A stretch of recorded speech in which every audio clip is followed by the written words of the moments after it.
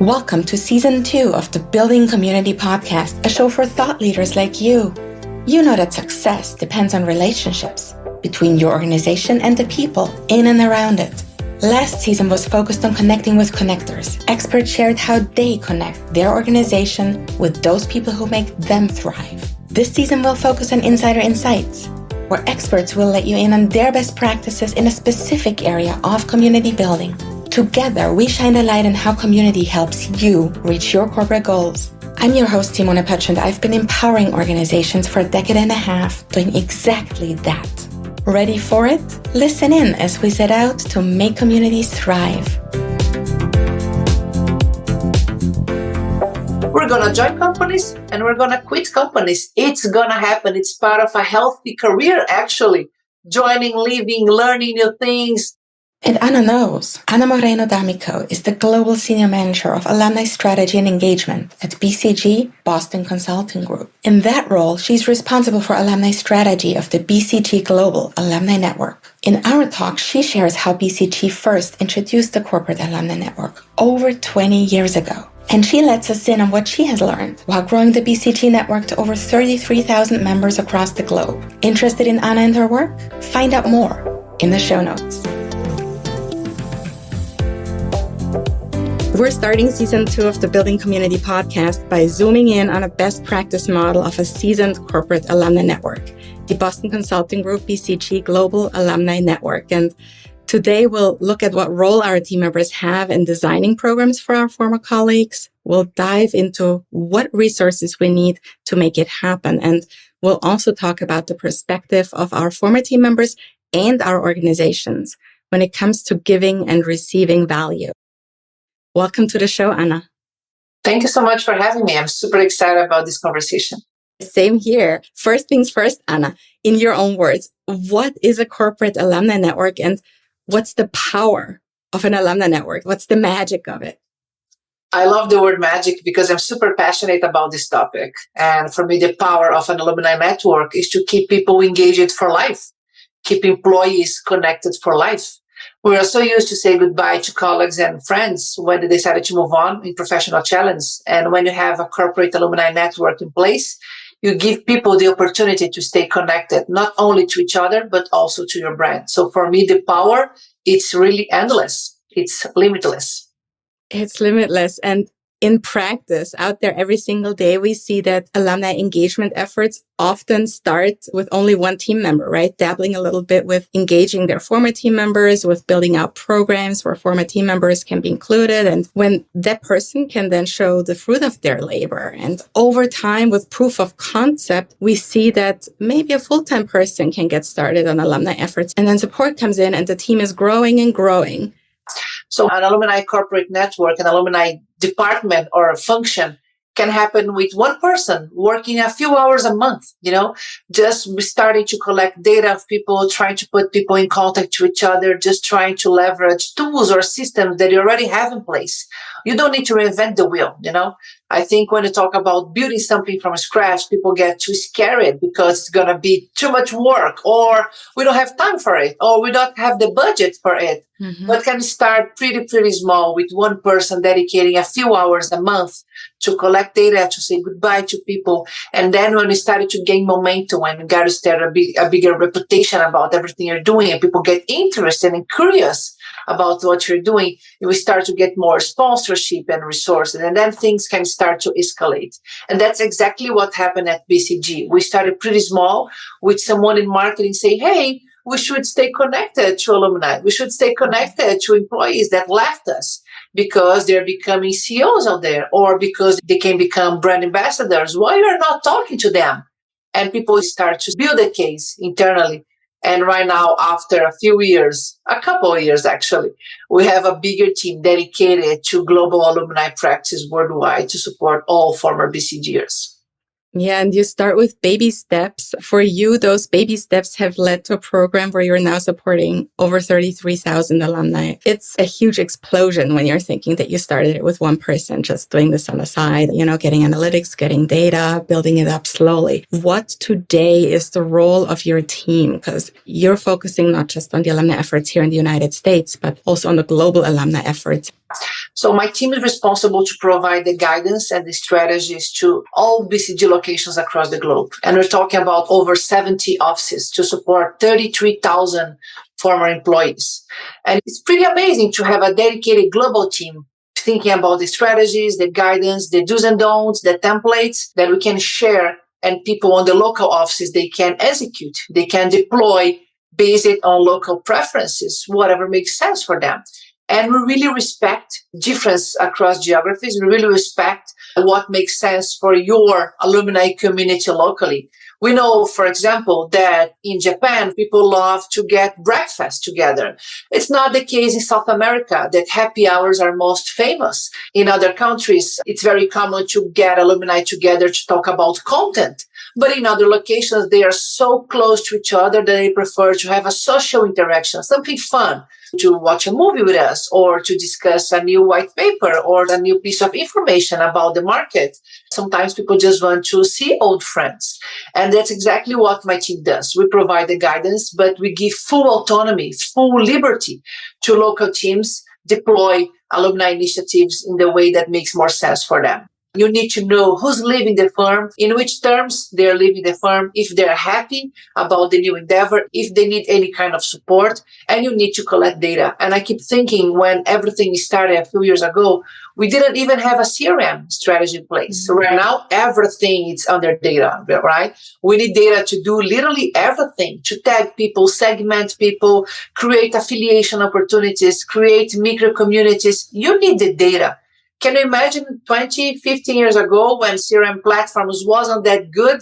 People were filling out exit surveys in paper and handing out paper. And the alumni person was like trying to copy and paste data from paper to an Excel spreadsheet, for example. It was way more complicated. Right now, we have so many tools and systems ready to help us, ready to support alumni initiatives. And many of them are free.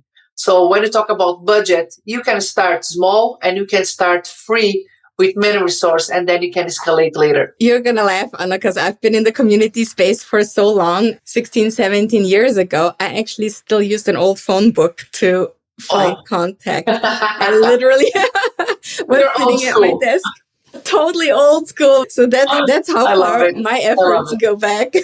But you brought up a really good point when you're now talking about the cultural differences and how you're providing a framework to all your offices across the globe, but you're not telling them what they have to do, that they have this ability to individually adjust to the needs of their regions. And I think that's actually one of the biggest challenges that I see with a lot of clients. You don't want to come across as inauthentic or insincere. Yeah. I think you have to have one common goal, across the globe. And our common goal is to keep people together, is to stay connected to people. We keep saying that people need people, They want to know what's going on with their friends. They want to know what's going on with their careers. People need people. Our purpose is to stay connected to people because we want to keep helping them. That's really authentic from our side. For example, we have a few local alumni communities, pretty small, 25, 30 people. You can totally invite all of them to your Christmas party. Even families, you can invite with kids and significant others to your Christmas party. In other locations, we have over 2,000 alumni in the same city. It's impossible to host a Christmas party for 2,000 people. So let's host something virtual. Let's host a webinar or a town hall. Doesn't matter. The only thing that matters to us is to make alumni feel that they are still part of this big family. They are still part of this network. The community is real. Can be virtual, can be in person, can be a social party, can be a content-oriented event. It doesn't matter. We're going to keep inviting you. You're going to hear from us. And if you need any kind of help, you can reach out to us because someone will be able to help you. I think every time you offer a service or you offer help, you offer any kind of support, you hand your arm to people to literally help them, that's when the trust begins. There's no commercial interest about it. They're literally just trying to help me. That's pretty real, So I think when you put the human connection, the human favor, the human support in any kind of commercial transaction, that's when you gain people trust. And that's why we keep doing this. Mm-hmm. And something that you're just mentioning with kind of this bottom-up approach where you're including your former team members with activities current team members are engaged in, like a Christmas party. Hey, if we only have 25 alumni in the region, why not have them and their families over so we can continue that bond? And that is something that I see in the best practice models. Those are the things that make people really believe in, okay, they want to do this for us and they don't only have commercial interest in mind. It's a big win-win situation, because you invite former employees to your party, for example. So we are what we are because of people that worked for us. That's our way to pay back for many, many years of hard work.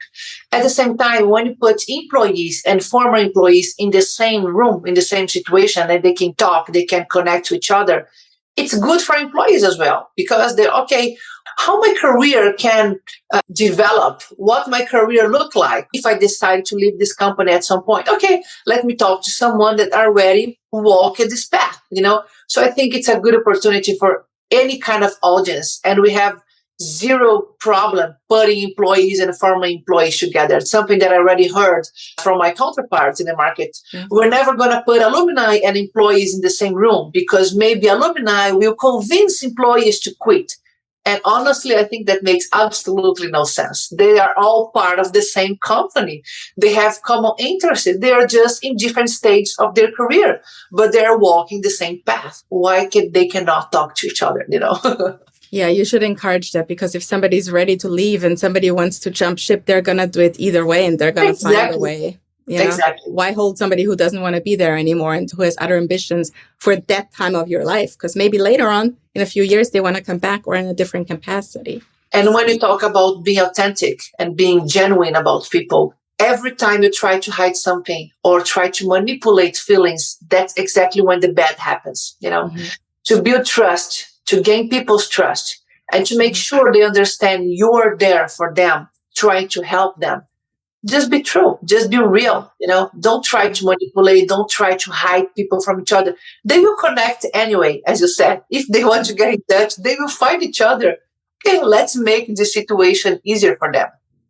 And then what's also important in this aspect is that we don't put any hierarchies into our alumni efforts, right? So there's organizations out there who say, okay, in my corporate alumni network, I only have the senior executives. It should be an all-inclusive opportunity for everybody. How do you approach that? We have many, many thousand alumni at BCG, and we try to be as inclusive as possible because everyone matters. We are the company that we are today because of everyone, because of the consultants, because of partners, because of marketing and IT guys and finance and legal and compliance. Everyone matters, So alumni corporate programs should be super inclusive. So why you are putting people in a kind of a ladder makes absolutely no sense, in my humble opinion. We shouldn't try to label people or just invite senior people and neglect the junior ones. As I said, they're just in different stages of their career. It doesn't value more or less. The junior people today, and I'm quoting junior, the junior people today will be senior in 10 years. Why you don't take this an opportunity to nurture the relationship, to gain their trust, to educate these people, to stay connected to you in the next decade. When it's time to hire or to do something more strategic to your business, they will be ready because you've been talking to them since the early stage. So I'm totally against hierarchical strategies in corporate alumni programs. Same for me. I mean, there's those organizations out there that all of a sudden say, oh, they used to work with us, when it's a person that becomes a senator or a president or taking over a large company, or in science, when somebody receives the Nobel Prize, right? Then it's all over the news sections of organizations. I'm like, that's not how you do it. You're supposed to build that relationship throughout all the different stages in their career development, not only when they're on top. I cannot imagine a worst feeling. What kind of message you're saying out there? It's a really bad strategy. Actually, it's a straight disaster strategy. Absolutely. Don't make people sit at the kids' table.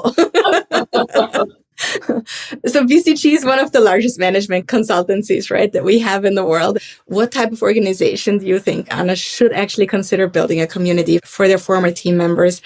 I would say to kick off your alumni community doesn't require more than 2 people. If you have a startup with 15 employees, 20 employees, at some point, people will leave. Fine. You want to know why they're leaving. Hey, how was your experience? There's something we can do better in the future. We'd love to stay in touch. just collect people data and host a party once a year for these people, or just send a holiday card. Your cost will be zero to send a holiday card to your former employees. Just say, hey, I hope you had a great year. Happy holidays. If you need anything, we're here for you. To 5, 10, 15 people. At some point, your alumni community will be 100, will be 200. I think it's way easier to start when you have 20 people. Then we're trying to catch up and already have 10,000 in our backlog. Nobody's going to write 10,000 holiday cards. My provocation, if I allow to use this word, every time a new company is opening, every time a startup is launched, people care so much about the recruiting strategies, right? What they develop, employee value proposition, candidate value proposition, employer branding initiatives, recruiting efforts. They care so much about the beginning of the cycle because they want to look attractive to candidates, to students. Why we're caring so much about the beginning and simply neglecting the end of the employee life cycle? It's part of the same engine, the same mechanism. You don't need to spend the same amount of money or time as you're spending in recruiting, but just do something for alumni.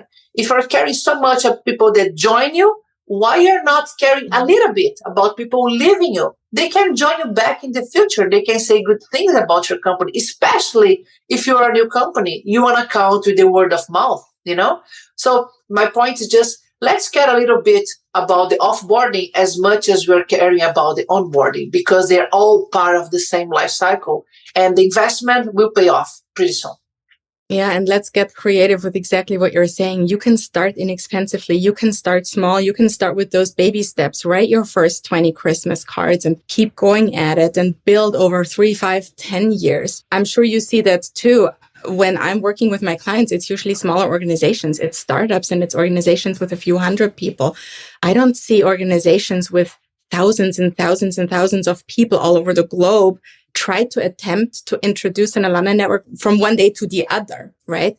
This is something that needs to grow within an organization, because oftentimes when you're a large organization, you have rigid structures. You're not agile. It's not easy to introduce that with different cultures. It's much easier to introduce that community thinking and that passion for an organization and its people from the bottom up as you're growing with it and as it's getting bigger. Yeah. And I believe people, they avoid talking about alumni community sometimes, or offboarding, because it's uncomfortable, or it's something that people don't want to talk about. No, Anna, no, we're just hiring. We're not going to talk about when people are leaving. But, they're going to leave eventually. It's going to happen. I think it's the same as talk about life insurance. Nobody wants to talk about it, but it's going to happen. We all know, it's going to happen. So let's make this natural. Let's normalize. Let's normalize things that will happen with us. We're going to join companies and we're going to quit companies. It's going to happen. It's part of a healthy career, actually. Joining, leaving, learning new things, it's part of any learning curve of any career. So let's talk about it. And people still have this stigma. Let's not talk about it. Otherwise, people are going to think we want them to quit. We don't want them to quit. We just want them to know that if they decide to quit, they're going to have a big support from us. I think it's a totally different message. Yeah, we still got your back, even though you decide for something else at this time. Exactly. Mm-hmm. So let me ask you something else. I often see out there that the term alumni itself is a little bit negatively connotated. When I'm talking to people, when I build out strategies for my clients, I talk a lot with their target group, their potential members, and I try and see, what is it that you want to see, or what is it you don't want to see? What are your loves? What are your hates? And they're often really, really honest that they're like, look, I don't want another alumni program. People connect the word alumni with academic institutions, which is very connected to fundraising. People are usually asking for money, and that's very normal with academic institutions. That's not the case of corporate alumni programs. So people, maybe they think, you're going to ask money from me? I need to pay to attend your event. I need to pay to subscribe to newsletter. We use alumni a lot and we see no problem. But internally, we usually use the word graduation, because you're graduating to become an alumni. And it's good because graduation comes with a celebration. I'm going to reach the next step in my career. So it's a good thing. We use former BCGers as former employees. And also our motto is once a BCGer, always a BCGer. So we keep connected to people, calling them the same way we used to call when they were employees. Once a BCGer, always a BCGer. I love it. I love to use this term team for life. I love and when we're talking about this community, there's always two sides to the story, right? There's the side of the organization and there's the side of our members, of the former BCGers. What are the reasons why they like to be active in your alumni network, in your alumni community? The ROI on that side. And the second question, what is the ROI that your senior leadership teams see and how do they get involved? Perfect.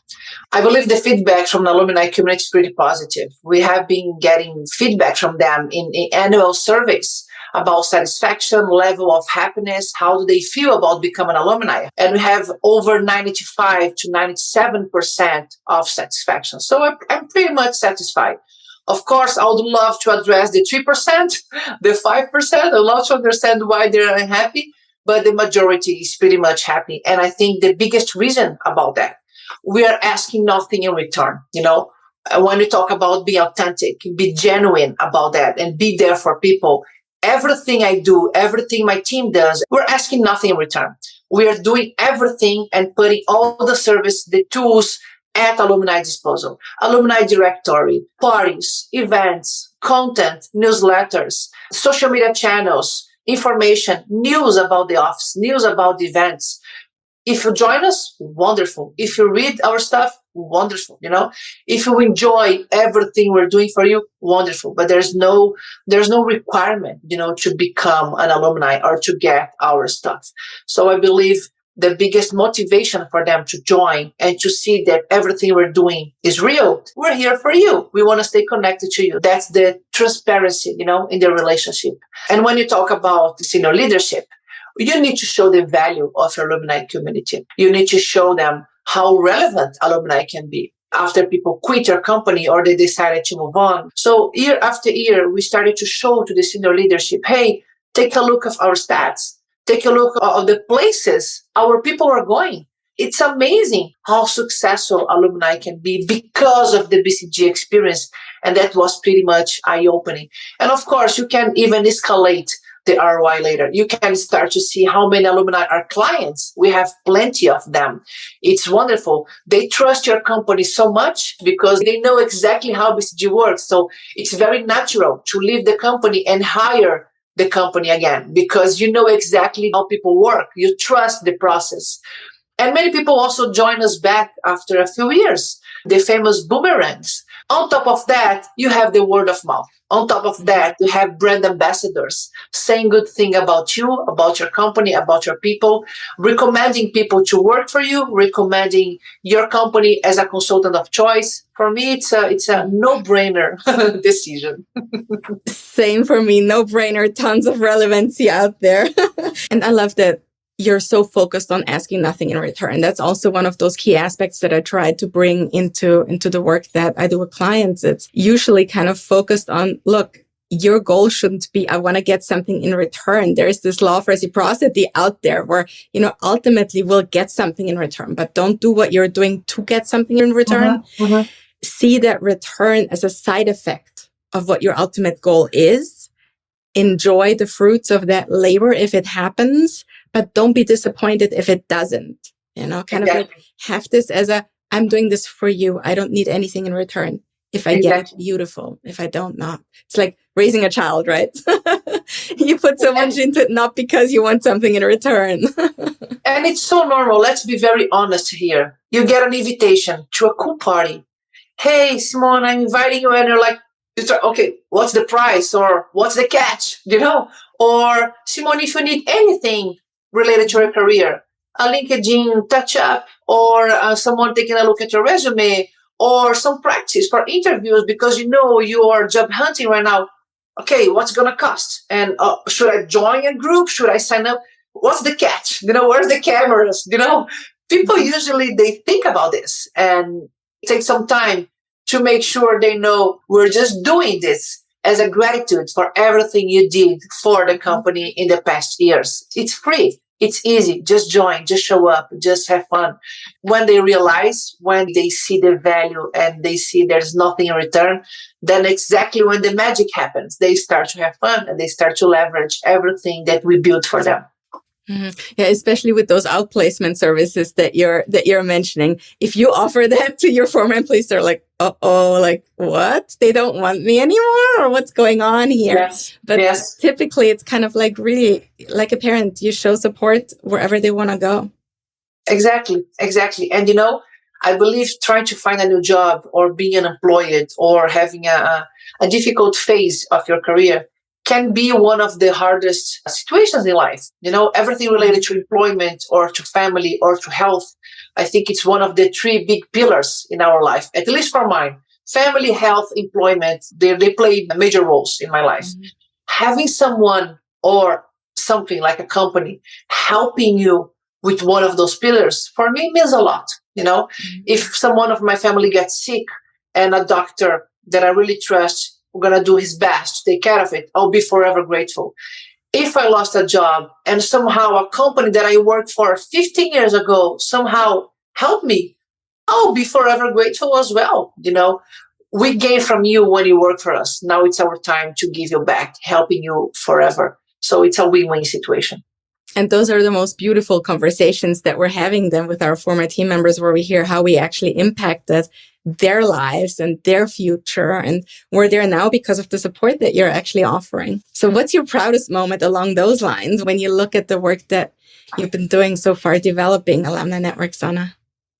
I see so much purpose and meaning on everything we do because we're talking about people. Every time I get the chance to read feedback from alumni in our annual survey, I get pretty much emotional because I see quotes like, "You guys changed my life," or "BCG was there for me in the moment that nobody else was." This kind of thing, I was like, jackpot. That's exactly what I wanted to achieve with my team or with our efforts. When you stop to do your stuff, to help other person, for me, it's when magic happens, and I love the magic word when I use in the beginning of our conversation, putting people together when they have the same interest, the same kind of motivation in their hearts. They're going to build friendship. They're going to build trusted connections. Of course, business can happen, but, that's a consequence. There's a consequence of a trusted relationship that people build. I believe it's a huge source of motivation, inspiration, energy, knowledge, intellectual capital. For me, alumni corporate networks are an asset to any company. And people have this urge to connect with one another now more authentically than in a long, long, long time. And they're really thirsty for opportunities to engage with others, on an authentic level. With that, I'd love to say thank you so much, Anna, for being on the show today. It was great to have you. It was a wonderful opportunity. I appreciate the invitation. Thanks again for having me. Thank you for listening to the Building Community podcast. Is there a leader in your organization or network who needs to hear this? Please share this podcast with them. Help get the word out about the immense value of community. If you enjoy the show, please subscribe, tell a friend, and leave us a review. Until next time, help your communities thrive.